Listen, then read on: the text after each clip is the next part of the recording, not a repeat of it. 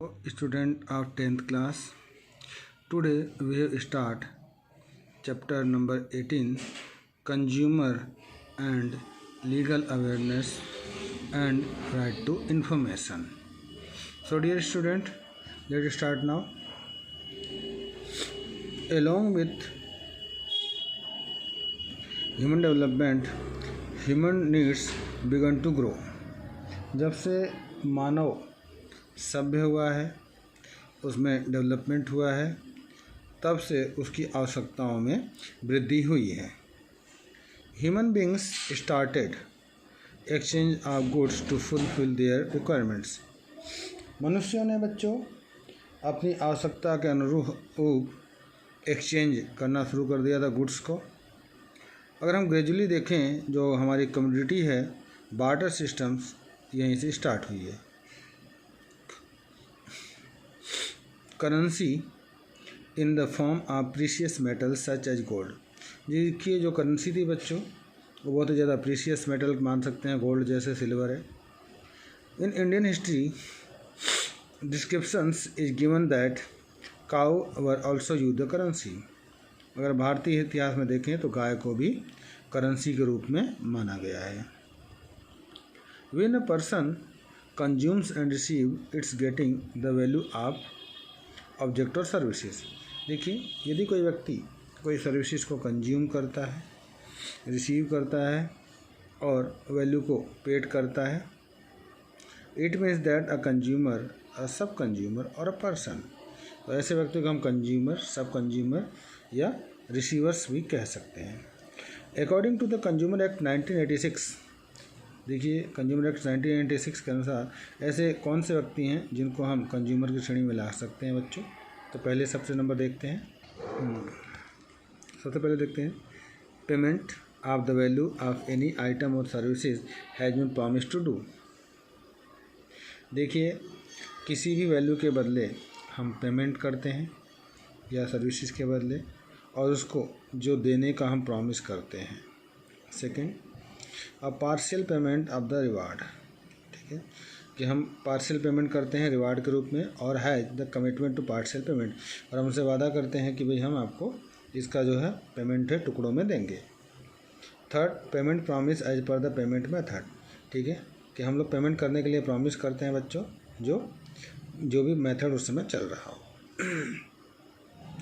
The last person who receive the profit conveys from the goods और services. इसमें जो last person है बच्चों, वो प्रॉफिट प्राप्त करता है, कन्वेंस प्राप्त करता है, इसी को हम लोग कंज्यूमर कहते हैं. और consumer of goods, second consumer of services. अब हम बात करते हैं बच्चों पर्सन की. पर्सन कौन होता है?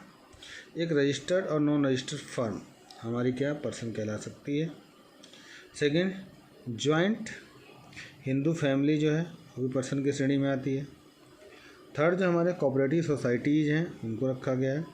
Fourth, any associations of people whether it is the registered under the registration act. कोई भी ऐसा एसोसिएशन जिसका रजिस्ट्रेशन हुआ हो.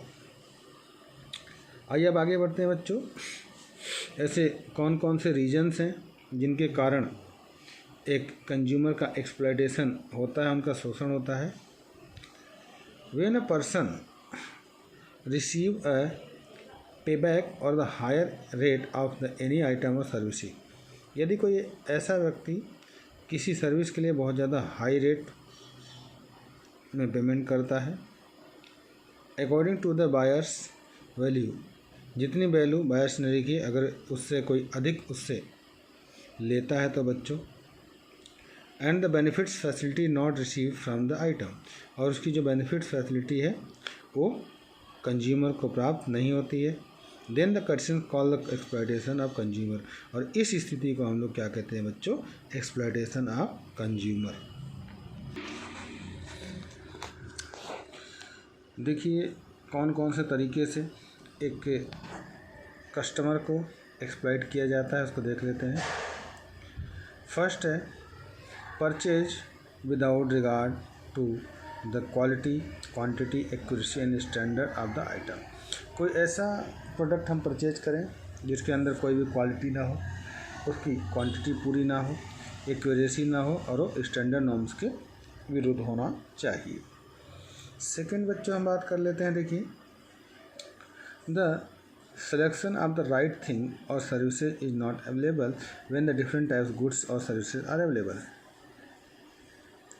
इसे हम कह सकते हैं बच्चों कि जो प्रोडक्ट का हमने सिलेक्शन किया था वह आपको ना मिल करके उसके बदले कोई और प्रोडक्ट आपको प्रोवाइड कर देना, डिफरेंट टाइप्स के गुड्स आपको देना, ये भी कंज्यूमर एक्सप्लॉयटेशन में आता है। थर्ड पॉइंट को देख लेते हैं बच्चों, lack of return unreadable information related to item. यदि आप कोई प्रोडक्ट खरीदते हैं उसके ऊपर जो इन्फॉर्मेशन है वो अनरीडेबल है, जिसको आप आसानी से पढ़ नहीं सकते हैं, तो इसको भी क्या कहा गया है, कंज्यूमर एक्सप्लॉयटेशन माना गया है। नेक्स्ट जो हमारा है बच्चों चौथा, नेक्स्ट जो है हमारा पाँचवा, the consumer not being the educated. जो कंज्यूमर है उसको इसके बारे में कोई भी जानकारी प्राप्त ना हो। नेक्स्ट है नॉट टेकिंग परचेज रिसिप्ट, कोई भी परचेज की रिसिप्ट उसको प्राप्त नहीं हो रही है। सेवन्थ पॉइंट है बच्चों, consumer does not complain in the proper manner. जो कंज्यूमर है वो प्रॉपर मैनर में कंप्लेन नहीं कर पा रहा है, ठीक है। आठवां है no quick decision taken against the complain, उसके कंप्लेंट्स के खिलाफ कोई भी एक्शन नहीं लिया गया हो। 10वां है लैक ऑफ ऑर्गेनाइजेशन कंज्यूमर्स, कोई ऐसी ऑर्गेनाइजेशन संस्था है ही नहीं जो लोगों की समस्याओं को सुने। 10वां पॉइंट है बच्चों the influence of the capitalist industries और द गवर्नमेंट। देखिए जो कैपिटलिस्ट हैं उनका प्रभाव इंडस्ट्री और गवर्नमेंट पे हो, तब उस स्थिति में आप देखेंगे तो इस तरह का जो चीज़ें हैं वो एक्सप्लॉयटेशन की श्रेणी में आती है। Types of consumer abuse exploitation, आइए देखते हैं जो कंज्यूमर है उसका एक्सप्लॉयटेशन किस प्रकार से होता है। स्पेशली अगर हम बात करें सिचुएशंस की, तो ऐसे कौन कौन से सिचुएशंस हैं जिनमें कस्टमर को एक्सप्लॉयट किया जाता है बच्चों। When the production of goods is made the capitalist, जब कोई वस्तु किसी कैपिटलिस्ट के द्वारा बनाई जाती है पावरफुल बिग कंपनियों के माध्यम से। एक्सप्लॉयटेशन इधर डिवाइडेड इनटू टू क्लास, तब क्या होता है जो एक्सप्लॉयटेशन है उसका दो पार्ट्स में हम लोग डिवाइड कर देते हैं। Exploitation in the form of goods और सर्विसेज है द फॉलो टाइप्स। देखिए गुड्स और आइटम्स क्या क्या हैं इनके बारे में बता देते हैं बच्चों। सबसे पहले वेट की बात कर लें, वॉल्यूम की बात कर लें। Less in the measurement is so, जैसा पैकेट के ऊपर लिखा है अगर उसमें अंतर पाया जाए। Second not so with the desirable the specified, जिसकी इंफॉर्मेशन की आवश्यकता है वो इन्फॉर्मेशन उन्होंने उसके ऊपर नहीं लिखी है।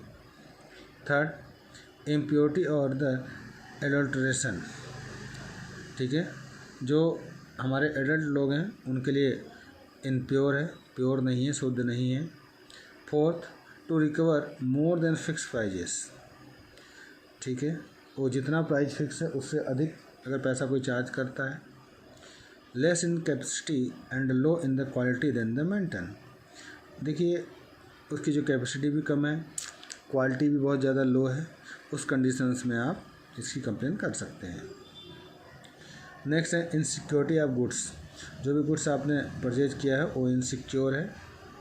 7th पॉइंट है deliberately the hiding defects of the quality, इन्होंने इसकी जो भी आपने प्रोडक्ट परचेज किया है उसके अंदर जो साइड इफ़ेक्ट्स हैं उसको उन्होंने हाइड किया है, छुपाया है, क्वालिटी के बारे में एक्सपोज नहीं किया है, ठीक है। 8th point by creating the artificial the shortage items और द गुड्स, उन्होंने क्या किया है जो आर्टिफिशियल शॉर्टेज के माध्यम से उस गुड्स का निर्माण किया है बच्चों।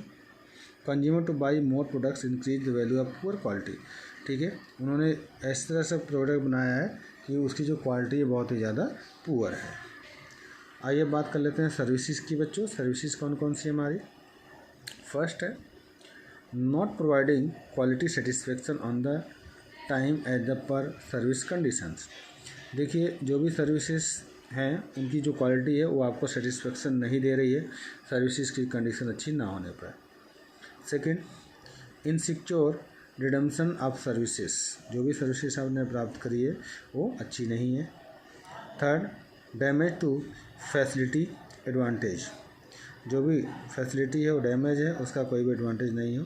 Fourth, cause physical mental intellectual loss, किसी भी कारण से आपका फिजिकल मेंटल एक्चुअल लॉस होता है तो ये सारी चीज़ें इसके अंतर्गत आती है बच्चों। आइए अब बात कर लेते हैं कंज्यूमर राइट्स के बारे में। क्या क्या कंज्यूमर के राइट्स हैं बच्चों। Consumer production area is considered to short from the sale of goods. देखिए कंज्यूमर्स प्रोडक्शन का जो एरिया है बहुत ही ज़्यादा शॉर्ट है शुरुआत से ही। एक्ट 1930 में आया था बच्चों। After with the consumer production act 1980, और उसके बाद क्या है 1986 में ये लॉ पास हुआ था। The purpose of this act is to provide the maximum protection of the interest to the consumer. इस एक्ट को बनाने का मेन एम था कि जो भी कंज्यूमर्स है उसको बहुत ज़्यादा सुविधाएं प्राप्त हो। The provision of the following powers has been made to the conserve the enhance consumption consumer section 6 of the 1990। देखिए इसमें अनेक प्रकार के प्रावधान किए गए हैं बच्चों, जिसमें आप देखेंगे कंजम्पशन से संबंधित बहुत सारे आर्टिकल्स आपको एक्ट देखने में मिलेंगे। First, right to production again the security of goods. पहला जो अधिकार मिलता है आपको सिक्योरिटी के माध्यम से मिलता है बच्चों, जो गुड्स में होते हैं। Consumers have right to the provide the production again the marketing. देखिए कंज्यूमर के पास ये अधिकार होता है कि वो गुड्स के प्रति प्रोडक्शन मार्केटिंग से प्राप्त कर सकता है। गुड्स और services that create risk their life और प्रॉपर्टी। और जो भी कंपनी है जो सर्विस दे रही है वो आपकी लाइफ और प्रॉपर्टी पर रिस्क ले सकती है बच्चों। Example, adulterates item the dangers for the life. आप सभी जानते हैं जो एडल्ट्रेट आइटम्स होते हैं वो हमारे जीवन के लिए बहुत ज़्यादा खतरनाक होते हैं। Low quality cements is dangerous for the life. और जो लो क्वालिटी का सीमेंट होता है वो भी हमारी लाइफ के लिए बहुत ज़्यादा नुकसानदेह होता है। इससे जो हमारी प्रॉपर्टी है उसका बहुत ज़्यादा नुकसान होता है बच्चों। सेकेंड देखते हैं बच्चों, right to information. The consumers have to right information from the producer seller regarding the properties. देखिए कंज्यूमर के पास ये राइट्स है कि वो सेलर से किसी भी प्रॉपर्टी या प्रोडक्ट के बारे में इंफॉर्मेशन प्राप्त कर सकता है। उसकी क्वांटिटी कैसी है, क्वालिटी, क्वालिटी, स्टैंडर्ड, प्राइजेस के बारे में जानकारी प्राप्त कर सकता है। थर्ड देखते हैं बच्चों, the right to get the different types of goods and the different comparative prices for the benefits of consumers various types of goods item supplied by the government. देखिए कंज्यूमर को सुविधा प्रदान के लिए बहुत सारे गुड्स जो गवर्नमेंट सप्लाई करती है।